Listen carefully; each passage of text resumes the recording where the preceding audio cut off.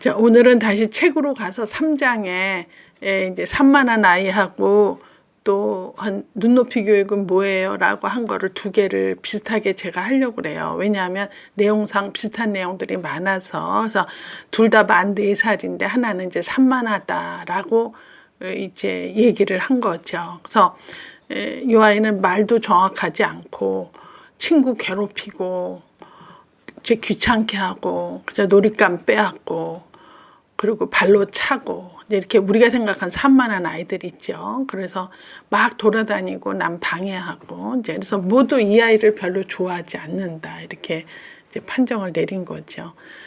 이제 요런 아이 케이스가 하나는 또 만 4살인데 눈높이 교육을 이제 엄마가 물어봤어요. 다른 친구들이 이런 거 저런 거 하는데 우리 애 이대로 괜찮은가요?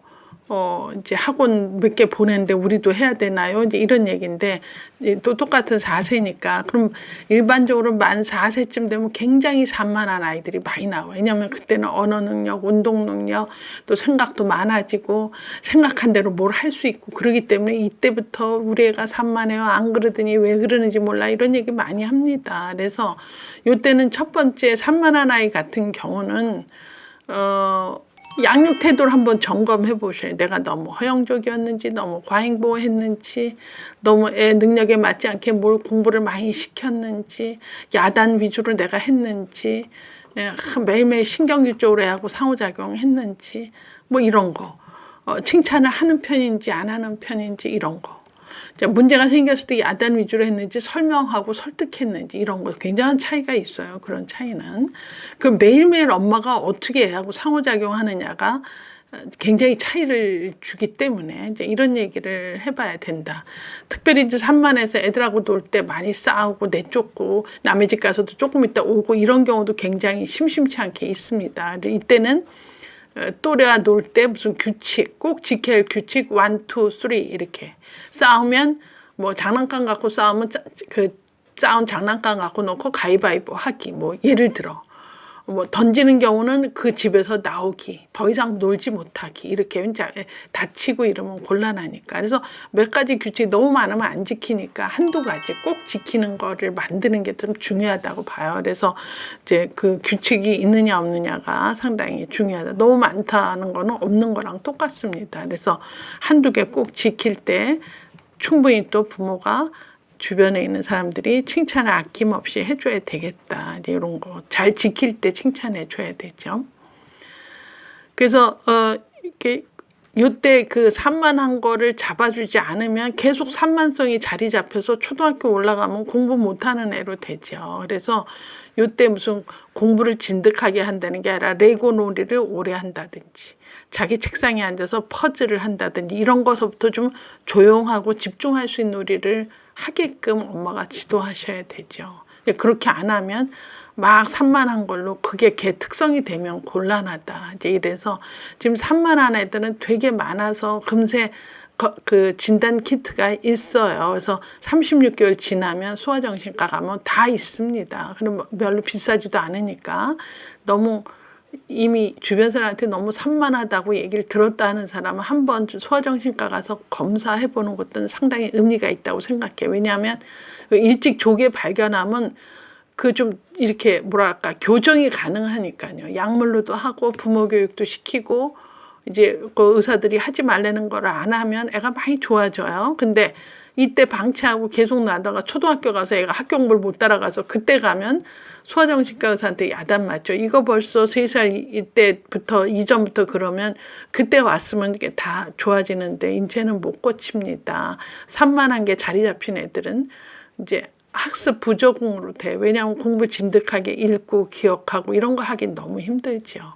그래서 공부 잘하는 애 반대가 못한 애가 아니라 산만한 아이죠. 산만한 아이는 공부할 수가 없습니다. 그래서 이 산만한 거를 미리 한 만 4세부터 그렇다면 이건 충분히 이제 이슈거리가 되고 좀 양육 태도도 점검하면서 내가 무슨 규칙이 씨 애들하고 잘 지냈는지 애가 뭘 또 잘 수행했을 때 칭찬했는지 이런 거 점검하는 건 굉장히 중요한 일이고 중요한 시점이다 이렇게 생각이 들죠. 그래서 산만 하나 욕까지 하고 이제 요 똑같은 만 4살짜리 눈높이 교육 어떻게 해야 돼요? 이게 실질적으로 엄마들의 걱정이에요.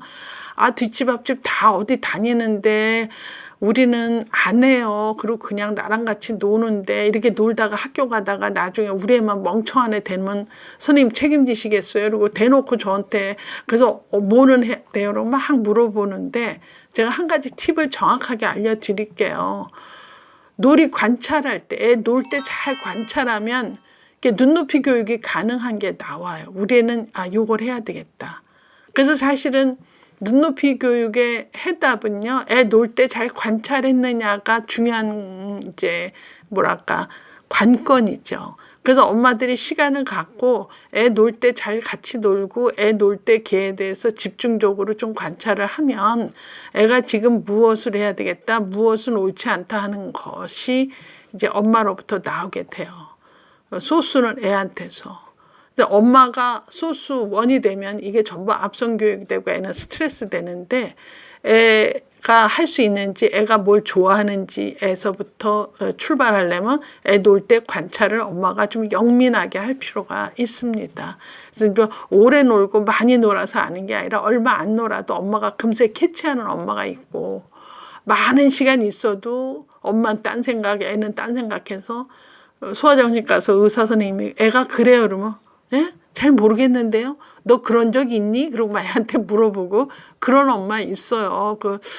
저러면 안 되지 않나 싶은데 애에 대해서 잘 모르는 엄마도 상당히 많아요. 그래서 저 소아정신과들하고 얘기하는 자리에 같이 얘기해 보면 엄마들이 너무 바빠요. 그래서 애에 대해서 전혀 모르고 물어보는 말에 답도 못 하는데 저 사람이 진짜 엄마인가 이런 생각이 드는 그렇게 참 답답한 엄마들도 있어요. 그 얘기 참 저는 귀담아 들었거든요. 그래서 여러분들이 많은 시간 애하고 놀면서 많은 시간 애랑 체험하면서 요새 뭐 캠프도 가고 많이 가잖아요. 이 집 저 집도 생일 파티에 초대받아서 남하고 어울리고 이러면서 자기 애를 좀 잘 관찰을 해야지 된다. 이런 생각이 들었죠. 그래서 놀이를 통해서 그 애가 좋아하는 거를 찾아내는 게 눈높이 교육의 해답인데 만약 이걸 잘못했을 경우 이걸 모르고 엄마 마음대로 합니다. 뒷집 언니 따라가고 앞집 애 따라가서 막 태권도 배우고 무슨 수영하고 무슨 영어하고 한자하고 이렇게 미술하고 막 했을 때 애가 하고자 하는 것이 아닌 엄마 이해에서 시킨 일들은 애들이 노동으로 생각하죠. 재미가 없죠. 우리 인간이 얼마나 자립적인 인간이냐면 여러분들 잘 생각해 보세요. 오래간만에 이번 주말엔 내 방을 좀 대청소해야 되겠다. 그렇지 않아도 생각하고 이게 빗자루 찾으러 이렇게 거실에 나와서 이렇게 빗자루가 어디 찌르고 막 하는데 엄마가 오늘같이 이렇게 한가한 주말에는 그렇게 멍청하게 서서 뭐 찾는 신용 하지 말고 네 방 정리 좀 말끔히 한번 해봐라. 그런 얘기를 했다고 칩시다. 엄마가 먼저. 이미 내가 오늘은 마음 먹고 작정하고 방 청소하려고 했는데 엄마가 먼저 했다고 치면요. 우리 기분은 어때요? 하기 싫어요. 엄마가 그 얘기 안 하면 내가 그렇지 않아도 빗자루 찾아갖고 들어가서 오늘은 대청소할 생각을 했는데 내 기분하고 전혀 안 맞게 엄마가 먼저 하면 엄마 말 듣는 내가 되잖아. 그 자율성에 위배돼요. 그거는. 그래서 애가 이게 정말 내가 원해서 한 거냐 이런 거는 열심히 해요. 주인의식을 갖고. 근데 그게 아니라 엄마가 하라고 해서 했다. 절대 주인의식 없어요. 그래서 저한테 이제 학습상담 같은 애들 이렇게 엄마하고 애랑 같이 오면은 내가 언제 한다 그랬어요? 그러고 나 보는 앞서 엄마한테 대들고 그래요. 그러면은 엄마가 할 말을 못 하면서 그러면 남들 다 하는데 너만 안 하고 네가 무슨 재주로 그걸 하니? 그러고 막 앞에서 싸우고 애하고 막 그렇게 기싸움하고 이러면은 저거는 아닌데.